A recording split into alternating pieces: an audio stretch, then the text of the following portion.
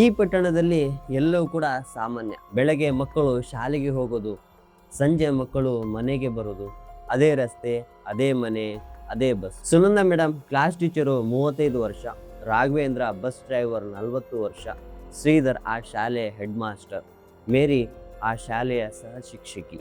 24 ಜನ ಮಕ್ಕಳು ಪ್ಲಸ್ ಒಬ್ಬ ಹುಡುಗ, ಅವನ ಹೆಸರು ಅನಿ ಅಂತೇಳಿ, ವಯಸ್ಸು 10, ಒಂದು ಅಪಘಾತದಲ್ಲಿ.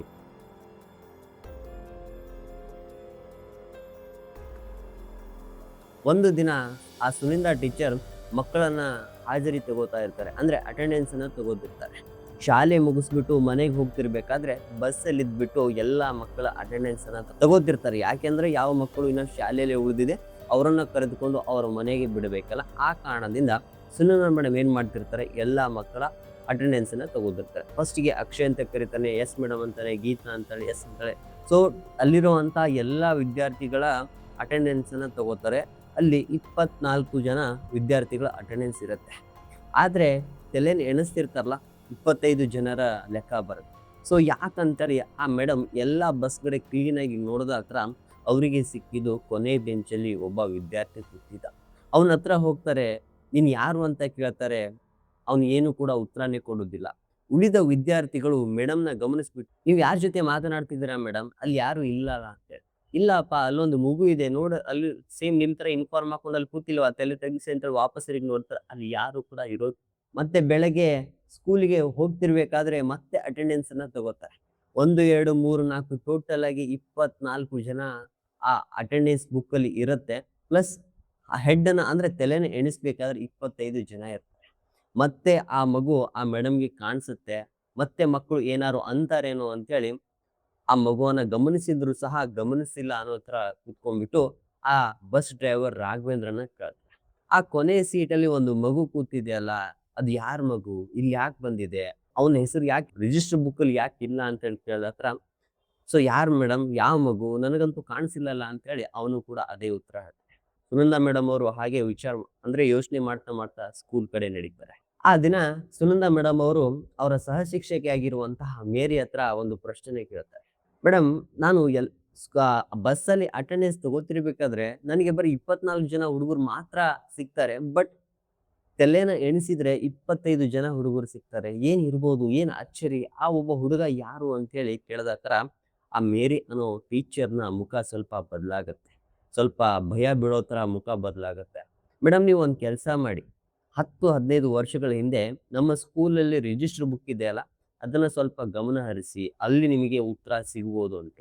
ಯಾಕೆ ಮೇಡಮ್ 10-15 ವರ್ಷ ಹೋಗ್ಬೇಕಾ, ಯಾಕೆ ಆ ಮಗುನ ಹೆಸರು ಅಲ್ಲಿ ರಿಜಿಸ್ಟರ್ ಆಗಿಲ್ವಾ, ಅಷ್ಟು ವರ್ಷ ಹಿಂದೆ ಆಗಿದ್ದೀನಿ ಅಂತೇಳಿ ಮೇಡಮ್ಗೆ ಪ್ರಶ್ನೆ ಕೇಳಿದಕ್ರ, ಇಲ್ಲಪ್ಪ, ನಿಮ್ಗೆ ಕ್ಲಿಯರ್ ಆಗಿ ಉತ್ತರ ಸಿಗ್ಬೇಕಂದ್ರೆ ನೀವು 10-15 ವರ್ಷದ ಹಿಂದೆ ಇರುವಂತ ಆ ರಿಜಿಸ್ಟರ್ ಬುಕ್ ಅನ್ನು ನೋಡಿ ನಿಮ್ಗೆ ಉತ್ತರ ಸಿಗತ್ತೆ ಅಂತ ಹೇಳಿ ಹೇಳ್ತಾರೆ. ಆ ದಿನ ಸುನಂದ ಮೇಡಮ್ ಬಸ್ ಹತ್ತಿ ಹೋಗ್ತಿರ್ಬೇಕಾದ್ರೆ ಆ ಲಾಸ್ಟ್ ಸೀಟ್ ಮೇಲೆ ಅವ್ರ ಕಣ್ಣಿರುತ್ತೆ.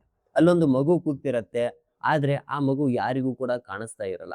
ಹಾಗಂತೇಳಿ ಹಾಗೆ ಎಲ್ಲಾ ಮಕ್ಕಳ ರಿಜಿಸ್ಟರ್ ತಗೊಂಡಾದ್ಮೇಲೆ ಆ ಲಾಸ್ಟ್ ಬೆಂಚಲ್ಲಿ ಹೋಗಿ ಕೂತ್ಕೊಳ್ತಾರೆ.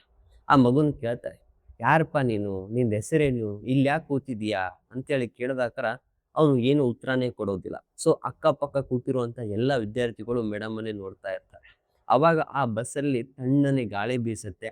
ಆಮೇಲೆ ಆ ಬಸ್ಸಲ್ಲಿ ಏನೋ ಧೂಳು ಕೂತಿರುತ್ತಲ್ಲ ಸೈಡ್ ಅಲ್ಲಿ 25 ನಂಬರ್ ಅಂತ ಹೇಳಿ ಬರೆಯುತ್ತೆ. ಸೊ ಬರ್ದಾದ್ಮೇಲೆ ಆ ಮಗು ಸಣ್ಣನೆ ಮಾಯವಾಗುತ್ತೆ. ಆಮೇಲೆ ಆ ಬಸ್ಸಲ್ಲಿ ನಾರ್ಮಲ್ ಟೆಂಪರೇಚರ್ ಬರುತ್ತೆ. ಇದನ್ನೆಲ್ಲ ಗಮನಿಸಿದ ಆ ಸುನಂದಾ ಮೇಡಮ್ ಅವರು, ಮೇರಿ ಮೇಡಮ್ ಹೇಳಿದ್ದಲ್ಲಿ ಏನೋ ಒಂದು ಸತ್ಯ ಇದೆ ಅಂತೇಳಿ ಶಾಲೆ ಮುಗಿದ್ಮೇಲೆ ಸುನಂದಾ ಮೇಡಮ್ ಅವ್ರು ಏನ್ ಮಾಡ್ತಾರೆ, ಅಲ್ಲಿರುವಂತ ಸ್ಟೋರ್ ರೂಮ್ಗೆ ಹೋಗ್ತಾರೆ. ಸ್ಟೋರ್ ರೂಮ್ಗೆ ಹೋಗ್ಬಿಟ್ಟು ಒಂದು 15 ವರ್ಷದ ಹಿಂದೆ ಇರುವಂತಹ ಎಲ್ಲಾ ರಿಜಿಸ್ಟರ್ ಬುಕ್ ಅನ್ನ ಚೆಕ್ ಮಾಡ್ತಾ ಇರ್ತಾರೆ. ಸೊ ಚೆಕ್ ಮಾಡ್ತಾ ಅವರಿಗೆ ಒಂದು ಬುಕ್ ಸಿಗುತ್ತೆ. ಯಾವ್ದೋ ಒಂದು ಮೂಲೆಯಲ್ಲಿ ಬಿಸಾಕಿರ್ತಾರೆ, ಅದನ್ನ ಯಾರು ಕೂಡ ನೋಡಬಾರ್ದು, ಯಾರು ಕೂಡ ತೆಗಿಬಾರ್ದು ಅಂತೇಳಿ.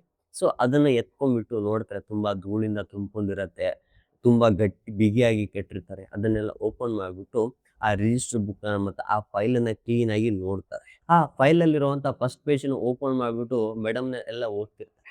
ಸೊ ಅವ್ರು ಗಮನಿಸಿದೇನು ಗೊತ್ತಾ, ಮಾರ್ಚ್ 2009 ಬಸ್ ನಂಬರ್ KA09BF4419 ಅಂತೆ. ಸೊ ಇದನ್ನ ಗಮನಿಸ್ತಾ ಓದ್ತಾ ಹೋಗ್ಬೇಕಾದ್ರೆ ಅವ್ರಿಗೆ ಗೊತ್ತಾಗುತ್ತೆ, ಆ ಮಾರ್ಚ್ ತಿಂಗಳಲ್ಲಿ 2009ರಲ್ಲಿ ಒಂದು ಬಸ್ ಆಕ್ಸಿಡೆಂಟ್ ಆಗಿದೆ. ಬಸ್ ಅಲ್ಲಿ 25 ಜನ ಹುಡುಗರು ಇರ್ತಾರೆ. 24 ಜನ ಹಾಸ್ಪಿಟ್ಲ್‌ಗೆ ಹೋಗಿ ಸೇರ್ಕೋತಾರೆ. ಮತ್ತೆ ಒಬ್ಬ ಹುಡುಗ ಆ ಬಸ್ಸಲ್ಲಿ ತೀರ್ಕೊಂಡ್ರು. ಅವನ ಹೆಸರು ಏನು ಅಂತ ಹೇಳಿ ಮತ್ತೆ ಓದ್ದಾಕರ ಅವನ ಹೆಸರು ಗೊತ್ತಾಗತ್ತೆ ಅನಿ ಅಂತ ಹೇಳಿ. 10 ವರ್ಷದ ಹುಡುಗ 4ನೇ ತರಗತಿಯಲ್ಲಿ ಓದ್ತಾ ಇದ್ದ. ಸೊ ಕೊನೆ ಬೆಂಚಲ್ಲಿ ಕೂತ್ಕೊಂಡಿದ್ದ. ಬಟ್ ಆ ದಿನ ಅವನ ಕೊನೆ ದಿನ ಆಗಿ ಉಳಿದ್ಬಿಟ್ಟಿತ್ತು. ಆಮೇಲೆ ರಿಜಿಸ್ಟ್ರಿ ಬುಕ್ಕಲ್ಲಿ ನೋಡ್ತಾರೆ ಆ ಹುಡುಗನ ಹೆಸರೇ ಇರೋದಿಲ್ಲ. 25 ಜನ ಇರಬೇಕಾದ ಆ ರಿಜಿಸ್ಟರ್ ಬುಕ್ಕಲ್ಲಿ ಬರೀ 24 ಜನದ ಹೆಸರು ಮಾತ್ರ ಇರುತ್ತೆ. ಸೊ ಅದನ್ನೆಲ್ಲ ನೋಡ್ತಾ ನೋಡ್ತಾ ಮೇಡಮ್ ಅವರು ಮತ್ತೆ ಅವರಿಗೆ ಕ್ವಶನ್ ಮಾರ್ಕ್ ಆಗ್ತಾ ಇರುತ್ತೆ. ಸೊ ಅದನ್ನೆಲ್ಲ ನೋಡ್ಬಿಟ್ಟು ಆ ರಿಜಿಸ್ಟ್ರಿ ಬುಕ್ಕನ್ನು ತಗೊಂಡು ಹೋಗ್ಬಿಟ್ಟು ಮತ್ತೆ ಬೆಳಗ್ಗೆ ಸ್ಟಾಫ್ ರೂಮಿಗೆ ಬರ್ತಾರೆ.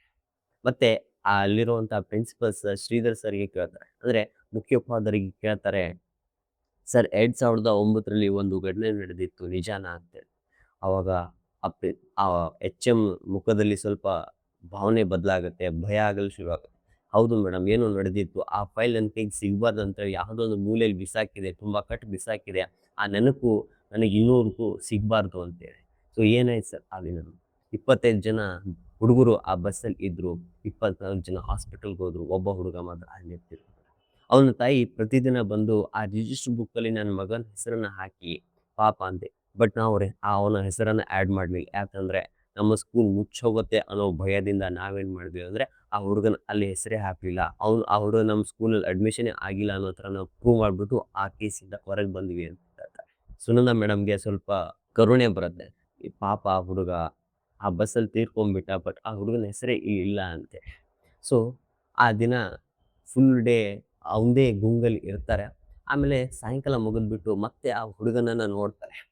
ಬಟ್ ಆ ದಿನ ಆ ಮೇಡಮ್‌ಗೆ ಇನ್ನ ಸ್ವಲ್ಪ ಕ್ಲಿಯರಿಟಿಯಾಗಿ ಗೊತ್ತಾಗ್ಬೇಕಾಗಿತ್ತು. ಅಲ್ಲಿ ಡ್ರೈವಿಂಗ್ ಮಾಡ್ತಿರುವಂತ ರಾಘವೇಂದ್ರನಿಗೂ ಕೇಳ್ತಾರೆ. "ರಾಘವೇಂದ್ರಣ್ಣ, ನೀವು ಯಾಕೆ ಹಿಂದೆ ತಿರುಗಿ ನೋಡಲ್ಲ?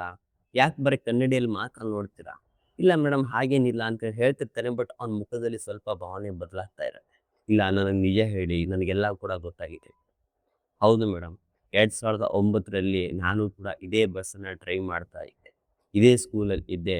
ಒಂದಿನ ಯಾಕೋ ಗೊತ್ತಿಲ್ಲ ನನಗೆ ಸ್ವಲ್ಪ ನಿದ್ದೆ ಬಂತು. ಬ್ರೇಕ್ ಫೇಲ್ ಆಯಿತು. ಆ ದಿನ ಆಕ್ಸಿಡೆಂಟ್ ಆಯಿತು. ಸೊ 24 ಜನ ಮಕ್ಕಳು ಹಾಸ್ಪಿಟ್ಲಿಗೆ ಕರ್ಕೊಂಡೋದೆ. ಒಬ್ಬನ್ ಮಾತ್ರ ಇದೇ ಬಸ್ಸಲ್ಲಿ ತೀರ್ಕೊಂಡ್ಬಿಟ್ಟ. ಅವನ ಹೆಸರು ಅನಿ ಅಂತೇಳಿ. ಪಾಪದ ಹುಡುಗ ಮೇಡಮ್.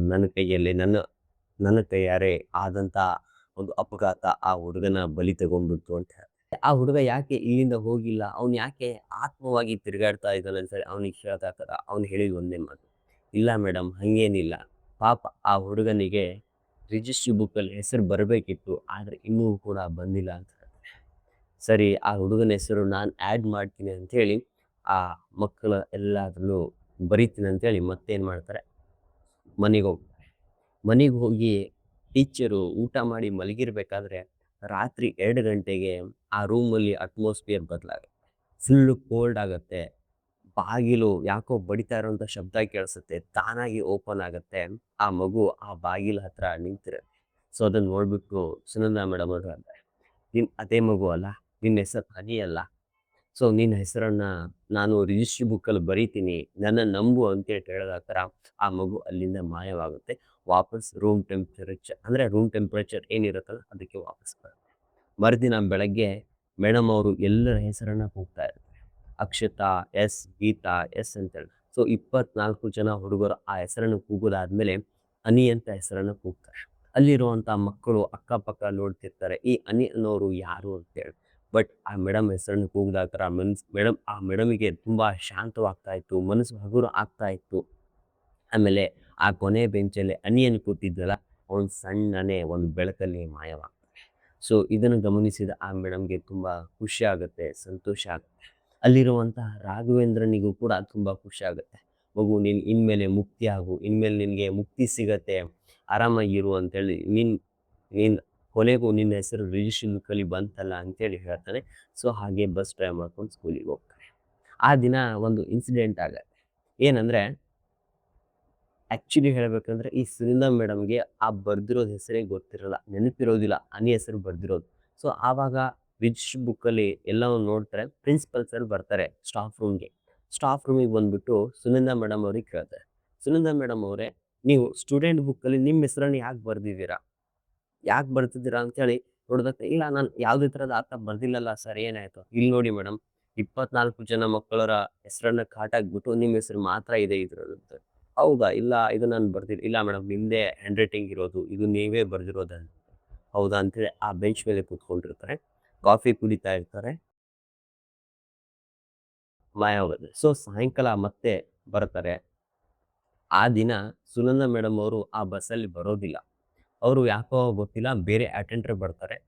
ಮಕ್ಕಳನ್ನ ಕೌಂಟಿಂಗ್ ಮಾಡ್ತಿರ್ಬೇಕಾದ್ರೆ ಅವರು 24 ಜನದ ಕೌಂಟಿಂಗ್ ಮಾತ್ರ ತಗೋತಾರೆ. ಬಟ್ ಹೆಡ್ ಕೌಂಟಿಂಗ್ ಮಾಡ್ತಿರ್ಬೇಕಾದ್ರೆ ಅವರಿಗೆ 26 ಜನರ ಕೌಂಟಿಂಗ್ ಸಿಗತ್ತೆ. ಆ ದಿನ ಅಲ್ಲಿ ಏನಾಗಿತ್ತು ಅಂದ್ರೆ ಸುನಂದಾ ಮೇಡಮ್ ಅವರು ಮಾಯವಾಗಿದ್ರು. ಯಾಕೆ ಮಾಯವಾಗಿದ್ರು ಗೊತ್ತಿಲ್ಲ. ಬಟ್ ಅವರು ಕೂಡ ಮಾಯವಾಗಿದ್ರು. ಅವರು ಕೂಡ ಆತ್ಮವಾಗಿ ಆ ಬಸ್ಸಲ್ಲಿ ಕೂತಿದ್ರು. ಆ ಮಗು ಅವನಿಗೆ ರಿಜಿಸ್ಟರ್ ಬುಕ್ಕಲ್ಲಿ ಅವನ ಹೆಸರು ಇತ್ತು. ಬಟ್ ಇಲ್ಲಿ ಮೇಡಮ್ ಅವರು ಕೂಡ ಆತ್ಮವಾಗಿ ಅಂದ್ರೆ ಅದನ್ನ ಏನೋ ಗೊತ್ತಿಲ್ಲ. ದಿನ ಸ್ಕೂಲಲ್ಲಿ ಒಂದು ಇನ್ಸಿಡೆಂಟ್ ನಡೆಯುತ್ತೆ. ಅದರಿಂದ ಅವರು ಕೂಡ ತೀರ್ಕೊಂಡ್ಬಿಡ್ತಾರೆ. ತೀರ್ಕೊಂಡಾದ್ಮೇಲೆ ಪೊಲೀಸರನ್ನೆಲ್ಲ ಕರೆಸ್ತಾರೆ. ಎಲ್ಲ ವಿಚಾರಣೆ ಆದ್ಮೇಲೆ ಯಾರಿಗೂ ಕೂಡ ಗೊತ್ತಾಗೋದಿಲ್ಲ ಮೇಡಮ್ ಹೇಗೆ ತೀರ್ಕೊಂಡ್ರು, ಅವ್ರಿಗೇನ್ ಆಯ್ತು ಅಂತೇಳಿ. ಬಟ್ ಮೇಡಮ್ ಮಾತ್ರ ಆ ಬಸ್ಸಲ್ಲಿ ಕುಳಿತಿರ್ತಾರೆ. ಸೊ ಕನ್ನಡಿಯಲ್ಲಿ ರಾಘವೇಂದ್ರನ ನೋಡ್ತಾನೆ. ನೋಡ್ಬಿಟ್ಟು ಹೇಳ್ತಾನೆ, "ಮೇಡಮ್ ನೀವು ಕೂಡ ಇಲ್ಲೇ ಬಂದ್ರಾ?" ಅಂತೇಳಿ ಬಿಕ್ಕಿ ಬಿಕ್ಕಿ ಅಳ್ತಾನೆ. ಸೊ ಹಾಗೆ ಅವನು ಬಸ್ಸನ್ನ ಸ್ಟಾರ್ಟ್ ಮಾಡ್ಕೊಂಡು ಸೊ ಇಲ್ಲಿ ಸುನಂದಾ ಮೇಡಮ್ ಅವರು ಆ ಮಗುವಿಗೆ ನ್ಯಾಯ ದೊರಕಿಸ್ಬೇಕು, ಆ ಮಗುವಿನ ಮುಕ್ತಿಗೊಳಿಸ್ಬೇಕಂತೇಳಿ ಬಂದ್ರು. ಬಟ್ ಕೊನೆಗೇನಾಯ್ತು, ಆ ಮೇಡಮೇ ಅಲ್ಲಿ ಆ ಜಗತ್ತನ್ನೇ ಬಿಟ್ಟು ಹೋಗ್ಬಿಟ್ರು. ಆ ಮಗು ಜೊತೆ ಹೋಗಿ ಸೇರ್ಕೊಂಡ್ರು. ಈ ಕಥೆ ನಿಮ್ಗೆ ಹೇಗೆ ಅನಿಸ್ತು? ಇದೇ ಥರ ಹಾರರ್, ಥ್ರಿಲ್ಲಿಂಗ್, ಮಿಸ್ಟ್ರಿ ಆಗಿರುವಂಥ ವಿಡಿಯೋಗಳಿಗಾಗಿ ನನ್ನ ಚಾನಲನ್ನು ಸಬ್ಸ್ಕ್ರೈಬ್ ಮಾಡೋದನ್ನು ಮರಿಬೇಡಿ. ಮತ್ತೆ ಮುಂದಿನ ವಿಡಿಯೋದಲ್ಲಿ ಸಿಗೋಣ. Stay safe, stay curious. Thank you.